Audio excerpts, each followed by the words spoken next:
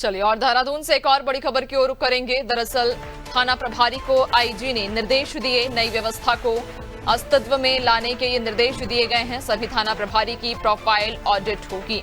तो थाना प्रभारी को आईजी ने निर्देश दिए, नई व्यवस्था को अस्तित्व में लाने के निर्देश दिए गए हैं, जहां सभी थाना प्रभारी की प्रोफाइल अब ऑडिट होगी। तो थाना प्रभारी को आईजी की तरफ से निर्देश दिए गए, नई व्यवस्था को अस्तित्व में लाने के निर्देश दिए गए हैं, जहां सभी थाना प्रभारी की प्रोफाइल अब ऑडिट होगी।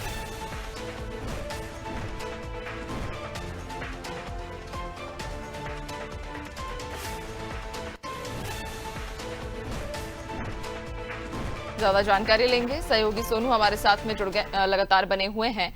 सोनू, थाना प्रभारी को ये निर्देश दिए गए हैं कि नई व्यवस्था को अस्तित्व में लाया जाए।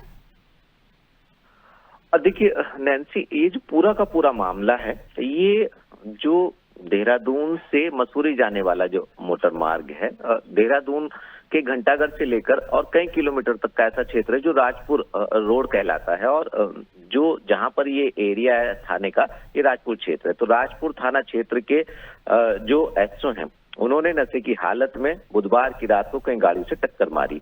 हालांकि जो एसएसपी हैं, उन्होंने इसमें तत्काल रात के ही समय में उनके निलंबन के आदेश जारी किए और दूसरे थाना अध्यक्ष को उनको जिम्मेदारी सौंपी।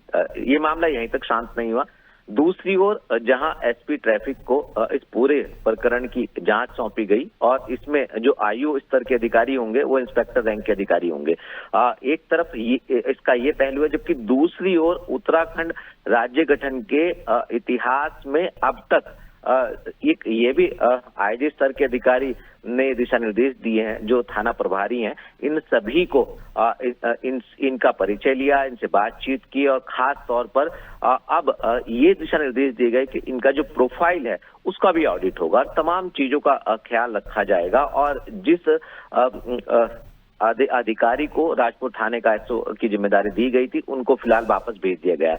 तो अपने आप में समझा जा सकता है कि कहीं ना कहीं उत्तराखंड की मित्र और मॉडर्न पुलिस जो है वो कितनी अलर्ट है। और ऐसे में अब तमाम पहलुओं का गंभीरता से आने वाले समय में ऑडिट कराया जाएगा और ये भी सुनिश्चित किया जाएगा कि जो भी अधिकारी जिस कर्मचारी को थाने के एसओ की जिम्मेदारी दे रहे हैं या एचएसओ की जिम्मेदारी दी जा रही है, क्या वो उस लायक है, उनका व्यवहार कैसा है, उनकी उच्च स्तर से कहीं कोई शिकायतें तो नहीं है और शिकायतें हैं तो किस तरह की हैं, और जो मुख्य मुकदमे हैं उनकी विवेचना की आखिर उनकी स्थिति क्या है। तो क्या ये इस प्रोफाइल का मुख्य ऑडिट का सिर्फ और सिर्फ यही मीनिंग माना जा रहा है कि क्या वो अधिकारी उस थाने की जिम्मेदारी संभालने के लिए उपयुक्त है या नहीं।